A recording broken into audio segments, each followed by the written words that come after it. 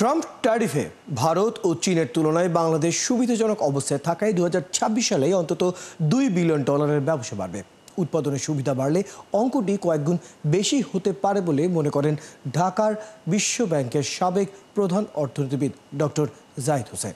তিনি মনে করেন নাগরিক সমাজ, ব্যবসায়ী, ক্যাবিনেট ও প্রশাসন এই চার অংশ একসাথে না হলে দেশে বড় কোনো সংস্কার অসম্ভব। রিয়া সেজানের প্রতিবেদন।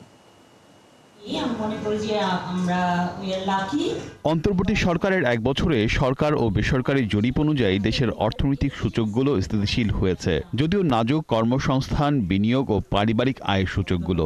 ইকোনমিক রিপোর্টার্স ফোরাম আয়োজিত মোয়াজ্জেম হোসেন কমেমোরেটিভ লেকচারে সে বিশ্ব ব্যাংকের সাবেক প্রধান অর্থনীতিবিদ ডক্টর জাহিদ হোসেন অর্থনীতির বর্তমান অবস্থাকে মনে করছেন মধ্য আয়ের ফাঁদ।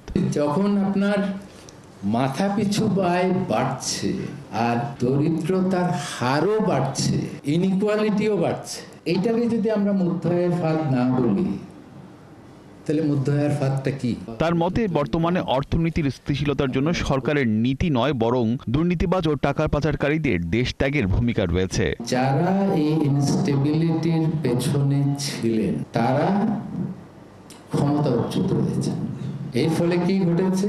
অর্থ পাচার, ব্যাংকিং খাতে দুর্বৃত্তায়ন বা লুটপাট, সেখানে ভাটা পড়েছে ক্ষমতাচ্যুত হওয়ার কারণে। এখানে পলিসির কোনো ভূমিকা নাই। এই সিনিয়র অর্থনীতিবিদ মনে করেন অন্তর্বর্তী সরকারের সময় আন্তর্জাতিকভাবে বিভিন্ন ঘটনা অর্থনীতির অনুকূলে এসেছে। ট্রাম্প ট্যারিফে ভারত ও চীন থেকে সুবিধাজনক অবস্থানে থাকায় 2026 সালে দেশে $2 বিলিয়ন ব্যবসা বাড়তে পারে বলেও মনে করেন তিনি। 187 থেকে 232 কোটি ডলার মতো এক্সট্রা এক্সপোর্ট আমরা এই বছর পেতে পারি। তার মধ্যে ভারত থেকে হলো 120 থেকে 260, আর চায়না থেকে হলো 7 মিলিয়ন থেকে $25 মিলিয়ন। অন্তর্বর্তী সরকারের কাছে অনেক প্রত্যাশা থাকলেও বড় কোনো সংস্কার করা সম্ভব হয়নি উল্লেখ করে এই অর্থনীতিবিদ বলেন, দেশ পরিবর্তন করতে হলে নাগরিক সমাজ, ব্যবসায়ী ও প্রশাসন একসাথে কাজ করতে হবে। চারটা কণ্ঠস্বর: নাগরিক সমাজ, ব্যবসায়ী, ক্যাবিনেট এবং প্রশাসন। এই চারটা মিলে যদি যৌথভাবে কোনো রিফর্মের উপরে কাজ না করে কোথাও না কোথাও গিয়ে রিফর্মটা আটকে যায়।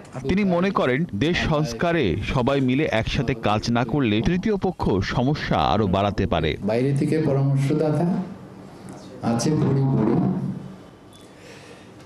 ভেতরে এলে ওদের অবস্থা হায় আল্লাহ কি যে করি। রিয়া সেজান, 71, ঢাকা।